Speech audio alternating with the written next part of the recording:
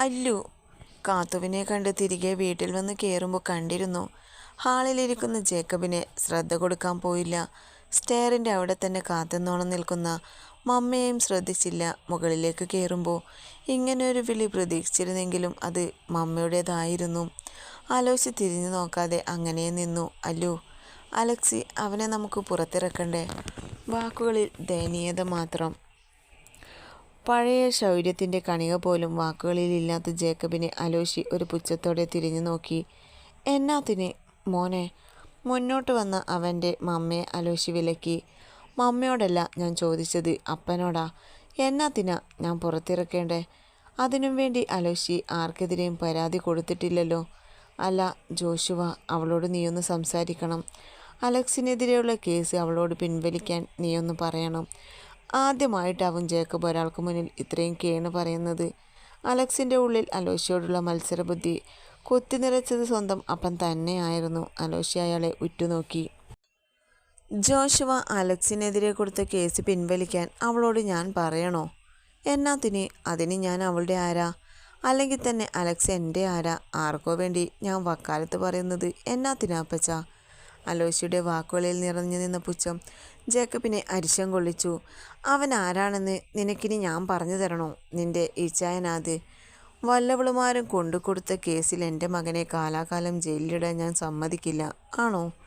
എൻ്റെ ഇച്ഛനായിരുന്നു. പക്ഷേ ആ ഒരു ചിന്ത എന്നെ കൊല്ലാൻ 2 വട്ടം ആളെ നിശ്ചയിക്കുമ്പോൾ അലക്സിനുണ്ടായിരുന്നു. അയാൾക്കില്ലാത്ത ചിന്തയൊന്നും എനിക്കില്ല. പിന്നെ മകനാണെന്ന കണക്ക് കളത്തിപ്പറമ്പിൽ ജേക്കബിനെ അതൊരാൾ മാത്രമല്ല മകനെന്ന് ചിലപ്പോഴെങ്കിലും ഓർക്കുന്നത് നന്നായിരിക്കും.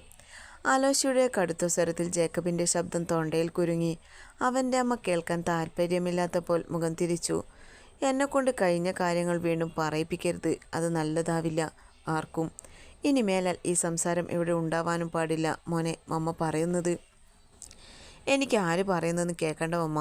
നിങ്ങൾക്ക് വേണമെങ്കിൽ നിങ്ങൾ പോവുകയോ ജോഷുവയോട് സംസാരിച്ച് അവളുടെ മനസ്സ് മാറ്റുകയോ ചെയ്യാം. എന്നെ അതിന് കൂട്ടുവിളിക്കണ്ട എന്നേ പറയുന്നുള്ളൂ.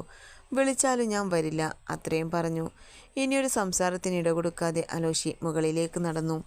പിന്നെ പോങ്ങുന്നതൊക്കെ കൊള്ളാം. മകൻ വിവാഹ വാഗ്ദാനം നൽകി ചതിച്ച് അവളുടെ ശരീരം സ്വന്തമാക്കി ഒരു കൊച്ചിനെയും സമ്മാനിച്ച് ഒടുവിലതിൻ്റെ അവകാശം പറഞ്ഞു ചെന്നപ്പോൾ ആ കുഞ്ഞു ജീവനെ കൊന്നതിൻ്റെ പേരിൽ കൂടിയാണ് ജോഷുവ കേസ് ഫയൽ ചെയ്തേക്കുന്നതെന്ന് ഓർമ്മ വേണം.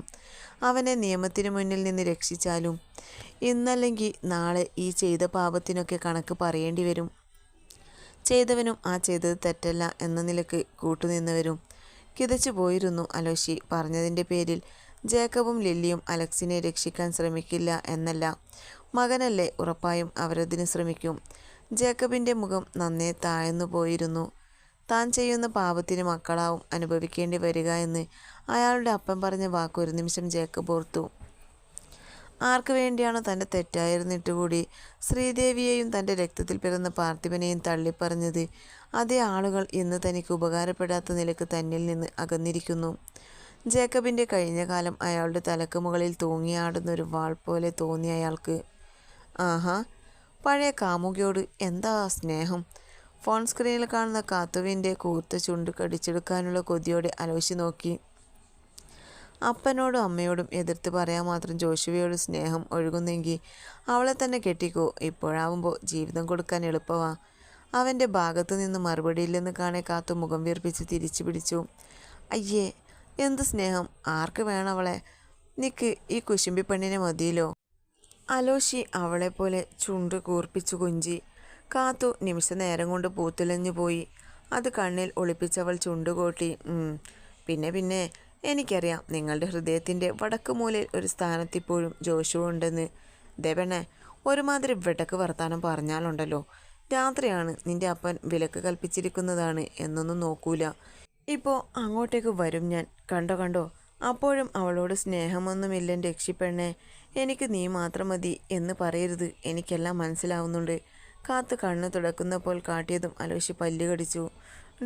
പുന്നാര രക്ഷിപ്പെണ്ണേ, എനിക്ക് അവളോട് സ്നേഹമല്ല, സഹതാപമാണ്. അവൾ അത്രയും അഹങ്കരിച്ചിട്ടുണ്ട് അലക്സിൻ്റെ പേരിൽ. ചതിച്ചു നേടിയ അലക്സിൻ്റെ പത്നി പദവിയിൽ എൻ്റെ അന്നയോട് കാണിച്ചതും പറഞ്ഞതൊന്നും മരിക്കുവോളം അലോഷി മറക്കില്ല. അവൾക്കൊരു കുറവ് വന്നപ്പോൾ അതിലേറ്റവും കൂടുതൽ സന്തോഷിച്ചതാണ് ഈ ജോഷുവ. ഇപ്പോൾ കണ്ടോ, കർത്താവ് വലിയവനാണ്. അതുകൊണ്ടല്ലേ എന്തിൻ്റെ പേരിലാണോ എൻ്റെ അന്നയെ വേദനിപ്പിച്ചത്, അതേ പേരിൽ അവൾക്ക് തിരിച്ചടി കിട്ടിയത്. തട്ടിയെടുത്ത ജീവിതം ജീവിച്ചു തീർക്കാനുള്ള ഭാഗ്യം അവൾക്ക് കർത്താവ് നിഷേധിച്ചില്ലേ. അവൾ നശിപ്പിക്കാൻ തീരുമാനിച്ചിരുന്നതാണെങ്കിലും അലക്സിൻ്റെ കാരണത്താൽ തന്നെ അവളുടെ കുഞ്ഞു നഷ്ടപ്പെട്ടില്ലേ. ശരിക്കു പറഞ്ഞാൽ ഇപ്പോഴും അതൊക്കെ ഓർക്കുമ്പോൾ രണ്ടിനെയും കൊല്ലാനുള്ള കലി തോന്നുന്നുണ്ട്. പിന്നെ ഒരു കാര്യത്തിൽ മാത്രം എനിക്ക് അവളോട് മതിപ്പുണ്ട്, അലക്സിനെ വെറുതെ വിടാത്തതിൽ. അവൻ ചതിച്ചെന്ന് പറഞ്ഞ് ശിഷ്ടകാലം കരഞ്ഞ് ജീവിച്ചു തീർക്കാതെ അവനിട്ടൊരു മറുപണി അവൾ കൊടുക്കാൻ തീരുമാനിച്ചല്ലോ. വിനായകൻ വിളിച്ചിരുന്നു. വഞ്ചനാക്കുറ്റം, വധശ്രമം ചേർത്ത് 5ഓളം കേസാണ് അലക്സിൻ്റെ പേരിൽ ജോഷുവ ഫയൽ ചെയ്തേക്കുന്നത്.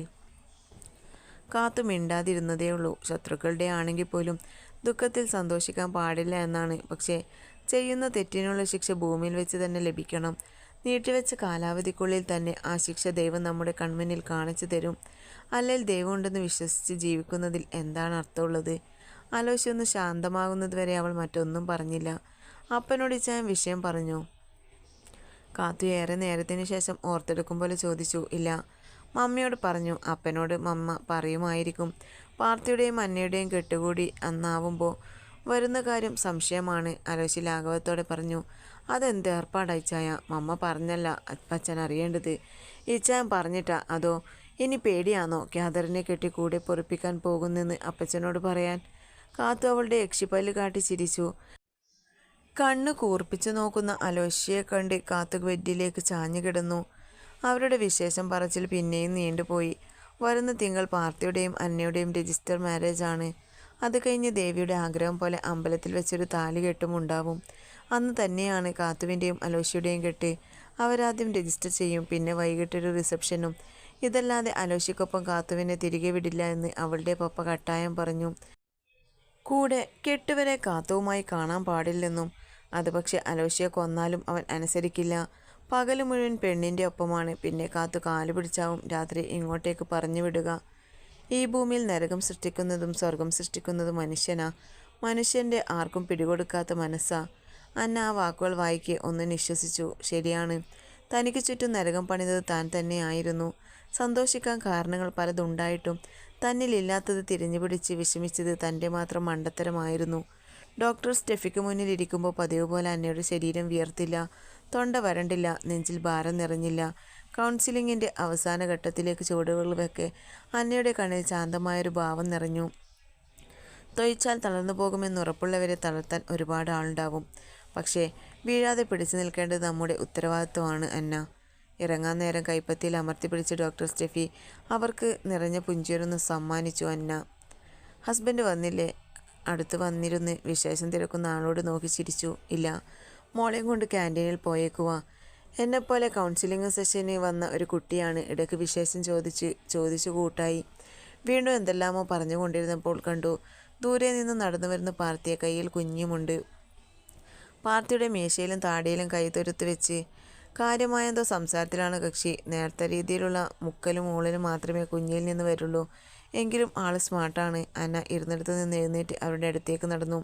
കണ്ണുകൾ തനിക്ക് നേരെ നടക്കുന്നവൻ്റെയും കുഞ്ഞിയുടെയും രൂപം ഹൃദയത്തിൽ കൊത്തിവെച്ചു. എന്താണ് ജോന്ന? ആകെ ഒരു തിളക്കമുഖത്ത്. പാർത്തി ഒരു കയ്യിൽ കുഞ്ഞിയെ അടക്കിപ്പിടിച്ച് താടിത്തുമ്പിൽ തട്ടിയതും അന്നപതി അവൻ്റെ മറുവശത്തേക്ക് ചാഞ്ഞു. അവൻ്റെ ഇടങ്കൈയിലെ ചെറുവിരലിനെ അവളോട് കൂർത്തു. പാർത്തി കണ്ണുകൾ താഴ്ത്തി അവൾ നോക്കി. ചിരിയോടെ നെറ്റിയിൽ മുത്തി. പിന്നെയും ഹൃദയം ഒരു മരുപ്പച്ചയായി. പുറത്ത് മഴ ചാറി. പ്രണയത്തിൻ്റെ പൂവിരിഞ്ഞു. വീണ്ടും അവളൊരു പ്രണയിനിയായി. അമ്മയുടെ ചെക്കപ്പ് കഴിഞ്ഞ് ഹോസ്പിറ്റലിന് പുറത്തേക്ക് നടക്കുമ്പോഴാണ് അവിടെ വരാന്തയുടെ അങ്ങേ തലയ്ക്കൽ നിൽക്കുന്ന നിമ്മിയുടെ അമ്മയെ സായുജ് കാണുന്നത്. ഉറപ്പുവരുത്താനായി അവനൊന്ന് സൂക്ഷിച്ചു നോക്കി. അവളുടെ അമ്മച്ചി തന്നെയാണ്. കണ്ണീരൊപ്പി നിൽക്കുന്ന അവർക്കടുത്തേക്ക് നടന്നു നീങ്ങിയതൊരു യന്ത്രം കണക്കെയായിരുന്നു. എന്താ ഇവിടെ? ശബ്ദം കേട്ട് തിരിഞ്ഞു നോക്കി അവളുടെ അമ്മ സായുജിനെ കണ്ട് ഞെട്ടിയത് അവൻ കണ്ടു. പിന്നെ തേങ്ങലോടെ മുഖം പൊത്തിക്കരഞ്ഞു. തൻ്റെ ഒപ്പം ഇറങ്ങി വരാൻ തുനിഞ്ഞവളെ തടഞ്ഞു നിർത്തി. മരിക്കുമെന്ന് ഭീഷണിയാൽ കഴുത്തിൽ കുരുക്കിട്ട അവരുടെ കള്ളക്കണ്ണീരിനേക്കാൾ ഇന്നത്തെ കണ്ണുനീർ സത്യമുള്ളതാണെന്ന് അവന് തോന്നി. എന്താ, നിമ്മിയുടെ പപ്പ എവിടെയാ? എങ്കിലും അവരുടെ കണ്ണുനീർ കണ്ടിട്ടും പ്രത്യേകിച്ചൊന്നും തോന്നിയില്ല അവന്. വീണ്ടും കരഞ്ഞു നിൽക്കുന്നവരുടെ അടുത്തുപോയി ഒന്നുകൂടി ചോദിക്കെ അവരൊരു തേങ്ങലോടെ സായുജിലേക്ക് ചാഞ്ഞു. പെട്ടെന്നുള്ള അവരുടെ ചെയ്തിയിൽ അവനൊന്ന് പിന്നോട്ട് ആഞ്ഞു പോയിരുന്നു. എന്തോ ഒരു ജാള്യത തോന്നി അവന്. എന്നാൽ നിമ്മിയുടെ അമ്മച്ചിക്ക് താങ്ങാനൊരു തോള് കിട്ടിയതുപോലെ അവരുടെ സങ്കടം ഒഴുകിവിടുന്നുണ്ടായിരുന്നു. മോൻ അതിയാനോട് ക്ഷമിക്കണം. എൻ്റെ കുഞ്ഞിനെ വേദനിപ്പിച്ചതിനുള്ള ശിക്ഷയാ ഇപ്പോൾ ഇവിടെ കിടന്ന് അനുഭവിക്കുന്നത്. മോൻ ക്ഷമിക്കണം, മാപ്പ് കൊടുക്കണം. കൈകൾ കൂപ്പി അവർ അവനോട് കെഞ്ചി. കാര്യം മനസ്സിലായില്ലെങ്കിലും സായുജ അവരെ അവനാൽ കഴിയുന്ന രീതിയിൽ സമാധാനിപ്പിച്ചു. പിന്നെയും കുറച്ചു നേരം കൂടി അവർക്കൊപ്പം നിന്ന് പുറത്തിറങ്ങുമ്പോൾ ഉള്ളിൽ എത്ര മൂടി വെച്ചിട്ടും ഒരു സമാധാനം വന്നു നിറഞ്ഞത് സായുജ അറിഞ്ഞു. മറ്റുള്ളവരുടെ വേദനയിൽ സന്തോഷിക്കുന്നത് തെറ്റാണെന്നറിയാം.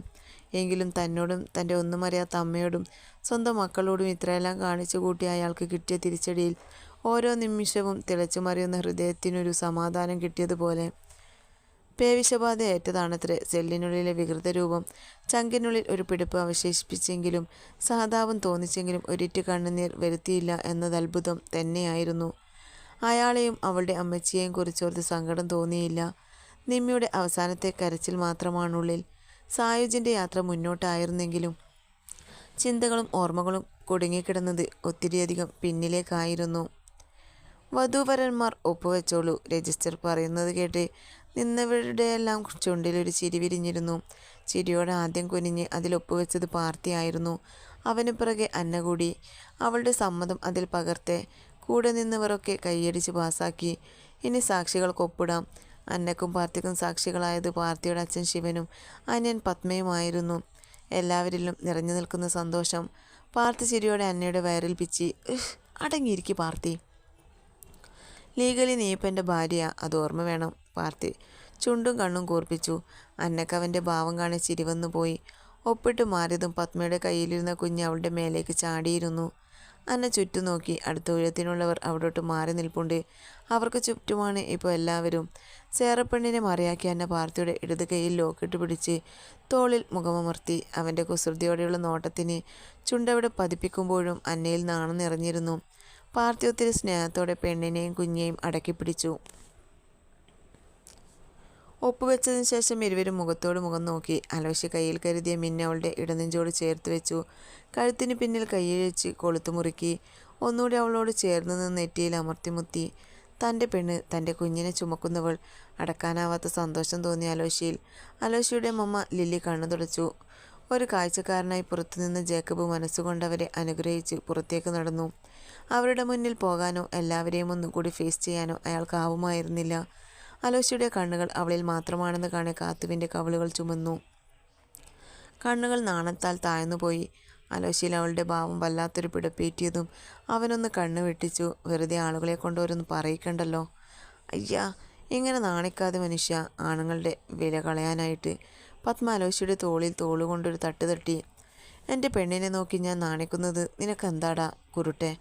അലോഷി പത്മയെ നോക്കി കണ്ണു ചുരുക്കി അല്പം നാണം അഭിനയിച്ചു. എനിക്കൊന്നുമില്ല. അല്ലെങ്കിലും ആവശ്യമുള്ള സമയത്ത് നിങ്ങൾ നാണിച്ചിരുന്നെങ്കിൽ കാത്തു ചേച്ചിക്ക് ഇങ്ങനെ വയറും വീർപ്പിച്ച് നിൽക്കേണ്ടി വരില്ലായിരുന്നു. പത്മ നല്ല അസലായി പുച്ഛിച്ചു വിട്ടു. അതോടെ അവിടെ ഒരു കൂട്ടച്ചിരി മുഴങ്ങി. ശിവനും പാർത്ഥിയുമാണ് കളിയാക്കാൻ ഒന്നാമതെന്ന് കണ്ടതും അലോഷി കാത്തുവിനെ ഒറ്റവലിക്ക് ചേർത്ത് പിടിച്ചു. കാത്തുവിൻ്റെ പപ്പ ജോണിനും ഒരു ആക്കിച്ചിരി ഉണ്ടായിരുന്നു. എല്ലാവരുടെയും മുന്നിൽ വെച്ചായതുകൊണ്ട് കാത്തു ഒന്ന് ചൂളിപ്പോയി. അവൻ്റെ ചേർത്ത് പിടിക്കലിൽ മുമ്പെങ്ങുമില്ലാത്ത നാണമാണ് ഇപ്പോൾ അലോഷിയെ കാണുമ്പോൾ.